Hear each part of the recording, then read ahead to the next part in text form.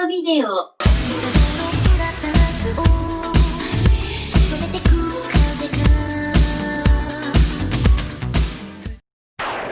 Joy to the world, Halloween is here again. Pandemic or no pandemic, this is still the best time of the year to watch the spookiest animations that Japan has to offer. But this year, I want to do something special. I want to make this not just a month devoted to old school horror and ultraviolence titles, but a month centered around one of the eeriest, creepiest, most terrifying subjects known to anime fans, Go Nagai. Surely you are thinking, Go Nagai? Really? Friendly Uncle Go? What does he have to do with Halloween? Let me explain. You see folks, there are two sides of Go Nagai. On one side, you have your lighthearted, slightly pervy Go Nagai, who only wishes to bring the gifts of giant robots and naked anime girls to all the good children of the world. And on the other, you have Go Nagai, the man who plunges into the dark pits of humanity, judging up violent, nihilist narratives that seek to be a mirror to reflect the inherent evil that resides within the audience's compassionless hearts. And guess which one we get to talk about this month? Welcome friends to a month-long two-part special that I like to call a very Go Nagai Halloween. But we won't just be starting with any of Nagai-san's dark materials. We gotta do a very Go Nagai Halloween right and start this month off with one of his most famous works. 俺は悪魔の体を手に入れたぞ。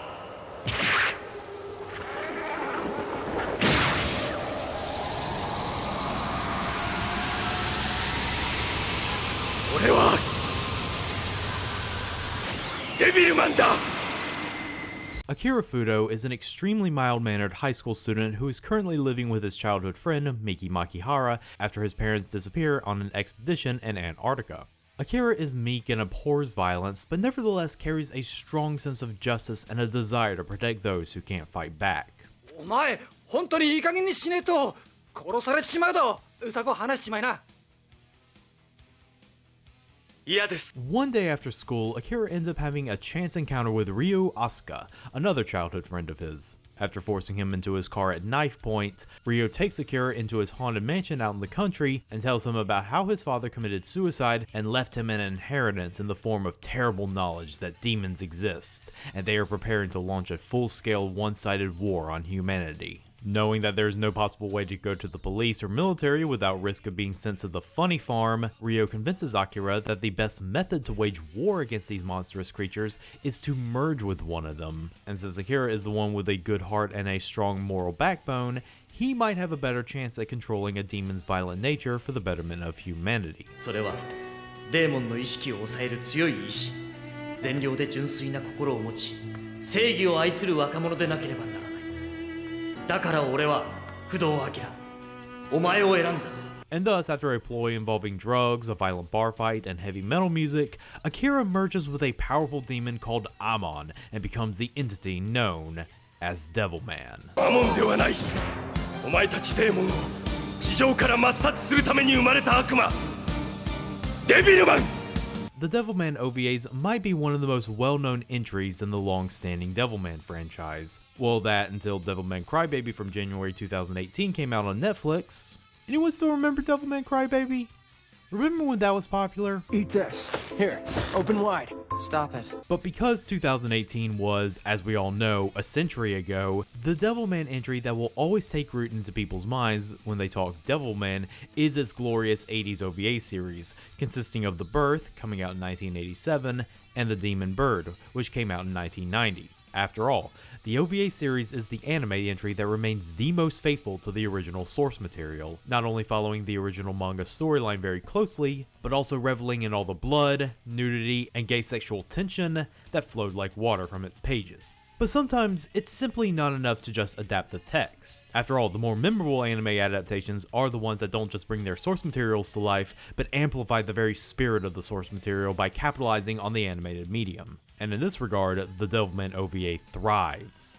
People may seek to paint the entire canon of ultraviolent OVAs with the same brush of trashy 80s anime that sells itself on its edgy subject matter, but as we've seen with Bao, just because an anime's subject matter is violent doesn't mean it shouldn't be good. What separates Devilman from the Chafe is not because it devotes a lot of its time to gory violence and nudity, but because of how much time it spends making all that gory violence and nudity look good. Not just good, but entrancingly good.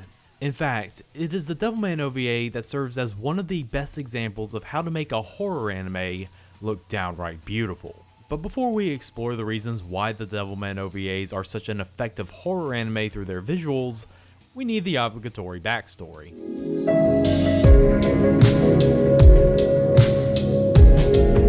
Go Nagai was born Kiyoshi Nagai on September 6, 1945 in Wajima, Japan. A child of the post-war era, he grew up primarily reading the works of Tezuka, but also one of his favorite books was a Japanese printing of the 14th century Italian narrative poem, The Divine Comedy, complete with illustrations by French artist Gustave Doré. During his Ronin year trying to earn placement at Waseda University, Nagai suddenly found himself suffering from an intense and near-fatal case of diarrhea. The experience of nearly and literally shitting himself to death made Nagai aware of his own mortality, and he decided that he wanted to leave something behind as evidence that he had lived. From that point onward, he dropped out of prep school and decided to pursue a career in manga, much to the dismay of his mother. After numerous rejections, his work finally did attract the attention of a few creators at Weekly Shonen Sunday, namely anime, manga, and tokusatsu legend Shotaro Ishinomori, who offered him a job as an assistant. From 1967 to 68, Nagai mostly did one-shot comedy manga while working under and being mentored by Ishinomori. That changed when he published his breakout hit manga, Haranji Gakuen. Centered around the sexy, comical escapades of a high school, it is widely considered to be the first example of the ecchi genre of manga, and because the pages were packed to the brim with ribald humor and nudity, it was routinely protested by parent-teacher associations around the country, to the point where Nagai was labeled by the press as an enemy of society. All in all, not a bad start for your career as a mangaka. The protests inspired Nagai to really become a gadfly, and he decided that his next title should anger them further. Taking inspiration from his boyhood days reading the Divine Comedy, Nagai published Demon Lord Dante, focused on a story about a student who finds himself merged with a demon named Dante and finds himself waging a war against God and the heavens. The idea was to subvert the traditional view of God and the devil, and that those who see themselves as the good guys might not always be good. Demon Lord Dante ended up being another hit, so much so that the anime company Toei Animation reached out to Nagai about turning the manga into an anime series. However, the producers wanted to tone the violent elements down and reimagine Dante into a more human-looking anti-hero. Nagai was able to convince them that it would be easier if he wrote another work similar to Demon Lord Dante, and that manga would run concurrently with the anime that Toei would produce. That manga and anime would be Devilman. Despite running concurrently with each other, the manga and the anime were completely different from each other from the very beginning. The anime was designed to be kid-friendlier and far more toyetic for one. Akira doesn't willingly merge with Amon as he was resurrected by him, Ryo doesn't exist in this world, the whole tone is less horror and more Kamen Rider, and the morality is very much a battle of good versus evil. There's even a comic relief villain in the form of the ditzy female demon, Lala.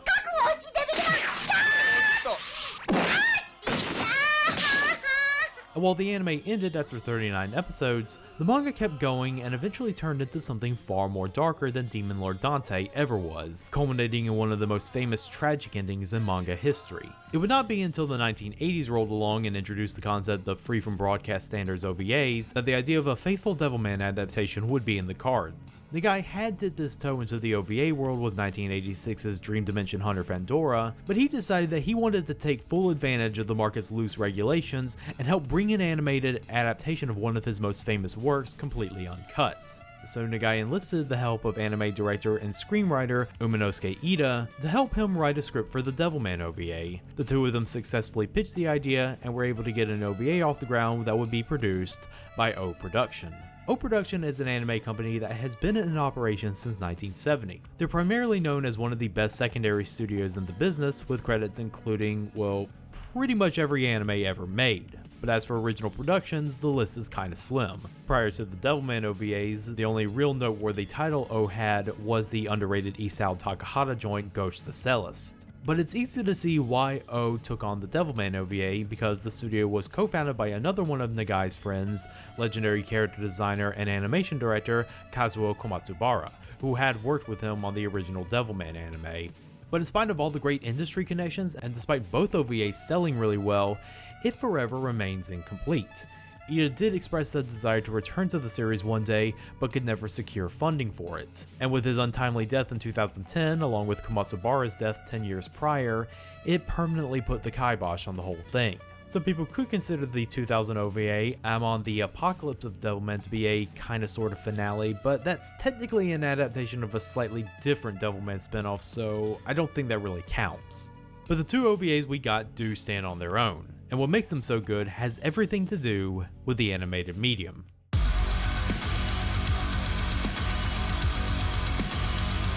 Okay, as much as I love the Devilman OVAs, they, like every other piece of art, aren't perfect. So before I get into what makes this anime good, I'm going to talk about an aspect of these OVAs that feel a little bit lacking: the script. So you know how I said that this was an adaptation of the Devilman manga? Yeah, that was a bit of a lie. The Devilman OVAs are technically an adaptation of the manga's novelization written by Go Nagai's older brother, Yasutaka Nagai. I don't have the book on hand, obviously, but from what I can discern is that this is a fairly straightforward adaptation script-wise. No wild deviations from the source material, just an overall competent retelling of the first few Devilman arcs. And that's kind of the problem. What storytelling methods can work in a book or a manga might not translate well into what is essentially a 50-minute film. So you end up with situations where a good chunk of the birth is Ryo sitting Akira down in a room and giving him a complete crash course on demonology. 人間が武器を持ったように、デーモンは合体能力を持った。この能力を持ったデーモンはさらに強くなるために、次々と合体を繰り返し、異様な姿、異様な能力を持つ怪物に変貌している。 And I understand why this is. You have barely under an hour, so you really got to get all the important plot points and background information into the audience's heads. But there does come a point where you have to ask yourself, oh my god, they're still talking about this? 世界中に残る悪魔の伝説の意味は何だ？今まで悪魔は神と同じ空想の産物と思われていた。だが、悪魔はいた。ダンテの新曲という本を知っているか？ Will this be on the test? The demon bird, meanwhile, is completely uncuffed from having to spend a good chunk of its time providing much needed exposition to the audience, and uses its time more wisely by focusing on two of Devilman's most memorable battles. One against the demon Jinmin, and the other against the titular demon bird, Siren. But it does have this scene in the middle where Akira visits Ryo in the hospital, which, while being full of the manga's trademark gay sexual tension... Ryo! よう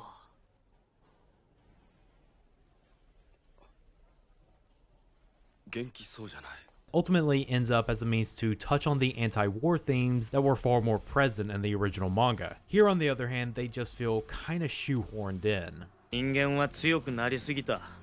国を作り、武器を発達させすぎた結果が。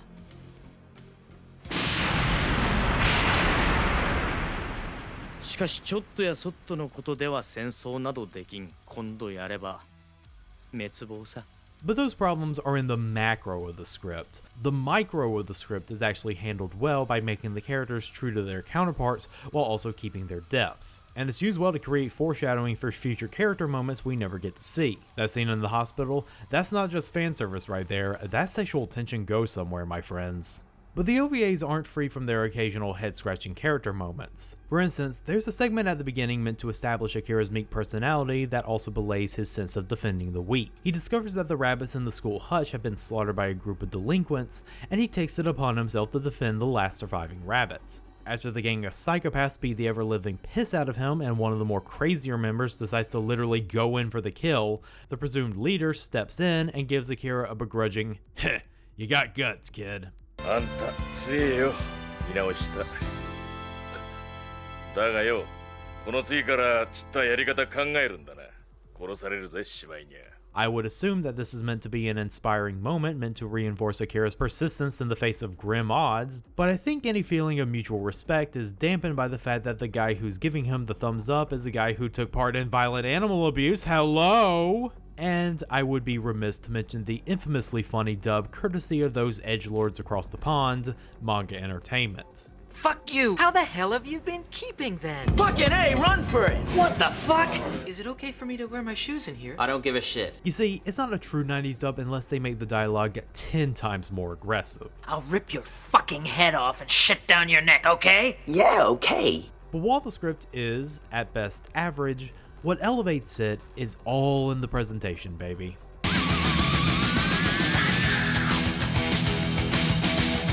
Animation is the best medium for adapting manga because it can make everything the manga sets out to do feel all the stronger, and this is the primary reason why the Devilman OVAs are so good. O Productions didn't set out just to make an animated adaptation. They wanted to make a product that truly captured the visceral horror of Devilman in a way that the 70s manga just couldn't.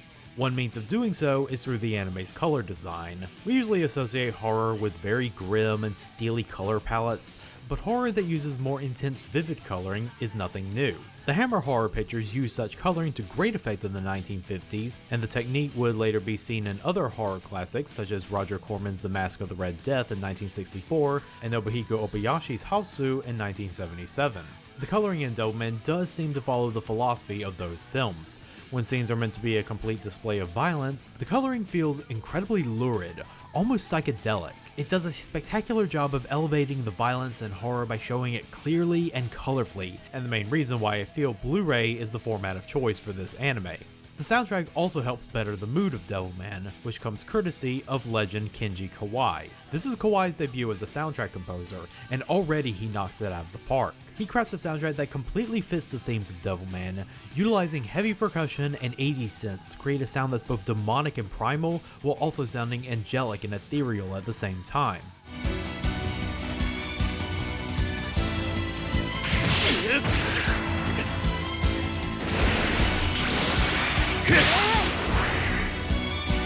All of which makes excellent backing score to some of the most wondrously visceral animation. So much of the animation in this anime is disgusting in the best possible sense of the word. The animation staff really commit to making the violence in this anime look absolutely savage.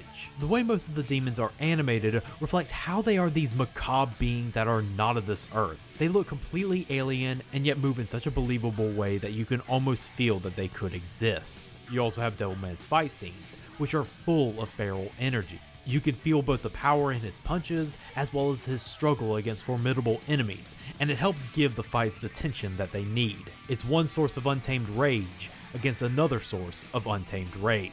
This is why the violence and gore are animated in such an extraordinarily brutal way. The animalistic action requires a level of realism to the violence which leads to some gnarly scenes, like the one where you can see Devilman's muscle sinew snap like a bunch of Twizzlers when he gets his arm ripped off.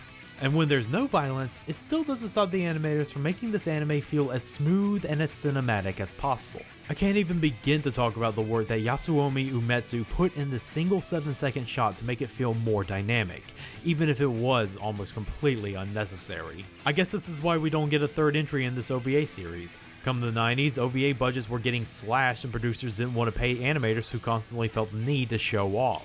All of these elements are executed well, but ultimately, it's how they come together with the direction that is the reason why the Devilman OVAs work.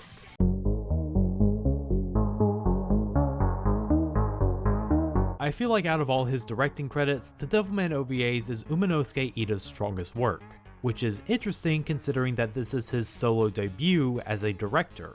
But it's not really that hot a take when you consider that his most well-known work after this is the Hellsing anime that isn't Hellsing Ultimate. Shooting me is not going to do you any good. Plus, you don't get to be an assistant for goddamn Hayao Miyazaki on goddamn Castle in the Sky and not come away with a few things. Ida's direction is the mortar that holds all the elements of Devilman together and makes it such a great anime, to the point that it almost feels like its own creation. The overall tone and feeling one gets from Devilman is unlike any other ultra-violent titles of the 80s. Sure, you got a few cases of loud hair metal, fountains of blood, and genuinely uneasy moments that nevertheless look silly out of context. あの犬はね、おかしくなったので父さんが処分したんだ。なに、お前にはまた新しい犬を飼ってやろう。そうだ、もっと殺しがいのある大きなのがいい。But Ida has an unconventional objective in his directing style that carries throughout the OVAs: to find beauty in relentlessly ugly horror. A perfect example is the cold open in the first OVA, a pan-over of the primeval world of Earth as gorgeous angels descend gracefully from the sky like ballerinas, only to be devoured horrifically by primitive demons, all while a heavenly score continues to play.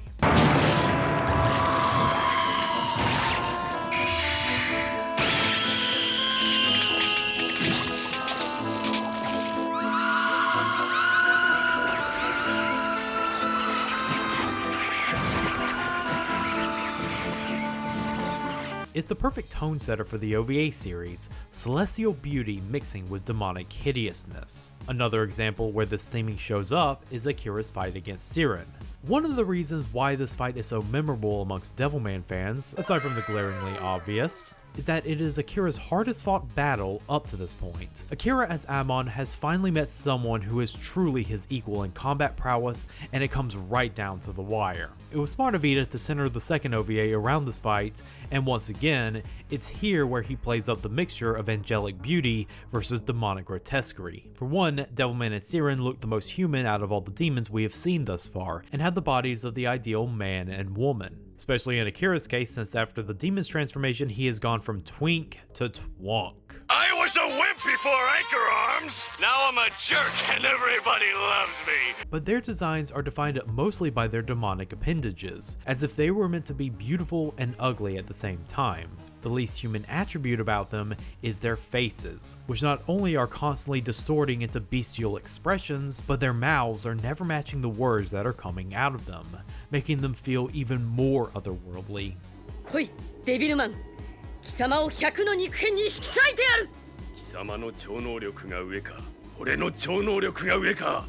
勝負だ! Isn't it great when inspired direction can save production money? And the fight itself also echoes the conflicting themes. It's a highly destructive fight with many civilian casualties, but the way it's choreographed feels almost like a dance, a mixture of grace and primal fury, like the Rite of Spring as an anime fight.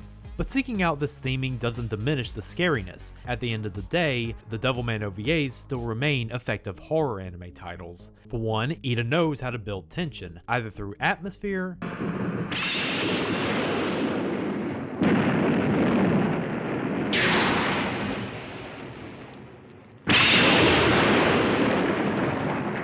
or by giving the audience information the characters don't have and have that build throughout the scene. あのバカ、人がせっかく雰囲気作ってやってんのに、べえ。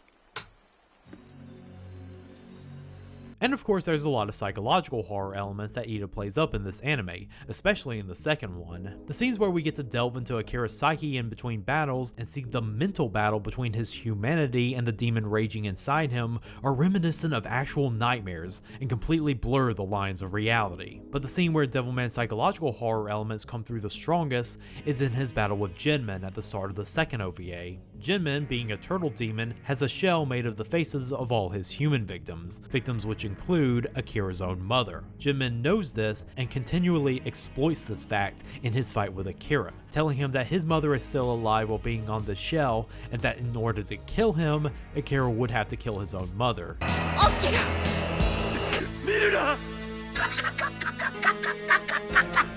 見られるのは嫌か。醜いデーモンの姿を、お前の本当の姿を。 But it's the end of the fight with Jinmin that shows us that Ida delivers on one of Devilman's traits that a lesser director or writer can easily forget: its emotional center. The heart of Devilman is not just the action or the horror, but the element of tragedy. It's found in nearly everything in Devilman right up to its very premise. Akira had to give up a portion of his humanity to a murderous demon and has made himself a target for violent demons for the rest of his days, all just so he can save humanity from the shadows. But the tragedy doesn't fully get realized until the fight with Jinmin, where Akira's mother begs him to kill her, and that ends up being the impetus for him winning the fight.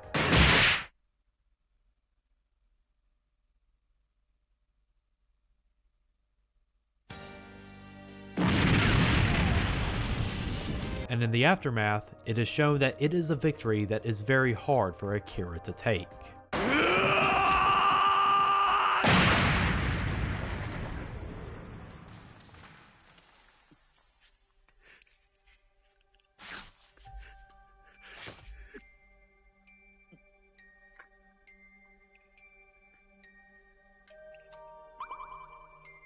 But where the themes of tragedy show up the strongest is, once again, in the fight with Siren. Another one of the main reasons why the fight with Siren is so memorable for Devilman fans is that Siren is the most complex demon character we see in the story thus far. She's not fodder like the demons in The Birth, nor is she a complete evil beast like Jinmin. One of the first things we see her do is psych herself up in preparation for her fight with Devilman. その勇者アモンに不動明の強靭な意志が加わり、超悪魔と化しているという。恐れるな。恐れるな、試練。 And once Devilman gets a mortal blow on her, Siren prays to her lord Xenon for assistance. He ends up sending another demon named Kaim, who, judging from his conversations with Siren, is very close to her. He tells her that they must merge in order to beat Devilman, but Siren is reluctant because it would result in both of them dying. It's the first moment in the series proper where you realize that demons feel other emotions aside from rage and sadism. They can also feel love and sorrow, and it's enough to almost make you question just how evil the demons are. 俺は生き延びるつもりはない。シレーヌ。君にアモンを倒す勝利の感激を味わわせたいだけだ。俺の体、俺の能力を君にやろう。シレーヌ。血まみれでも君は美しい。カイム！ It all culminates in her dying after landing what she thinks is a fatal blow on Akira, but he ends up surviving anyway thanks to Ryo, making her Pyrrhic victory not even a victory, completely unbeknownst to her. The end of the Demon Bird really shows how much he understands the material he's adapting on a deeper level. A shame that all we are left with is an incomplete story. But what anime we do have is still exceptional work.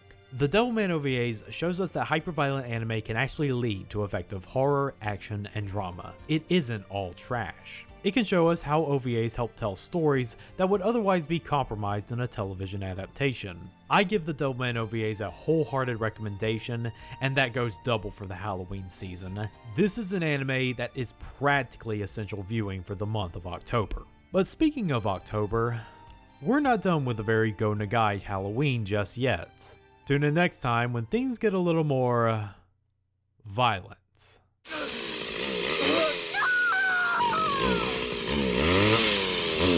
No!